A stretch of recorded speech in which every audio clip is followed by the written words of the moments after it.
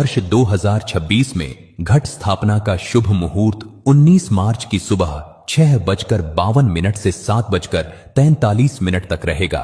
यदि किसी कारणवश इस समय पर कलश स्थापना करना संभव न हो तो अभिजीत मुहूर्त भी अत्यंत शुभ माना गया है, जो दोपहर 12:05 से 12:53 तक रहेगा।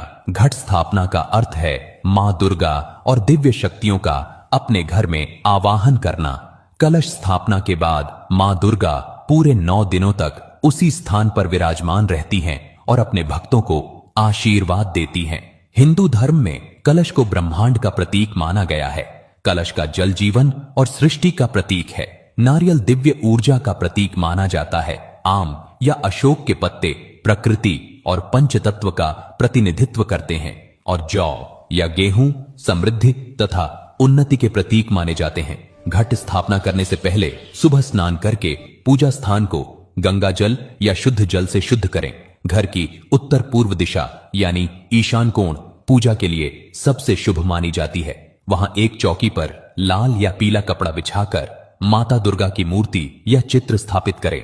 अब एक मिट्टी के पात्र में मिट्टी की परत डालकर जौ या गेहूं बोए।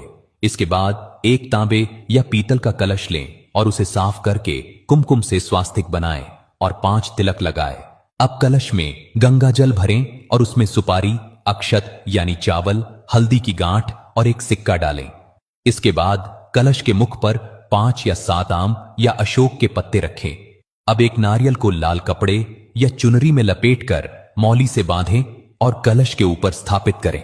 ध्यान रखें कि नारियल का जो भाग पेड़ से जुड़ा होता है वह भक्त की ओर रहे। ऐसा करने से माना जाता है कि देवी मां की कृपा भक्त की ओर प्रवाहित होती है। अब हाथ में जल, अक्षत और पुष्प लेकर संकल्प मंत्र बोले। इसके बाद माता दुर्गा का आवाहन करने के लिए आवाहन मंत्र बोले।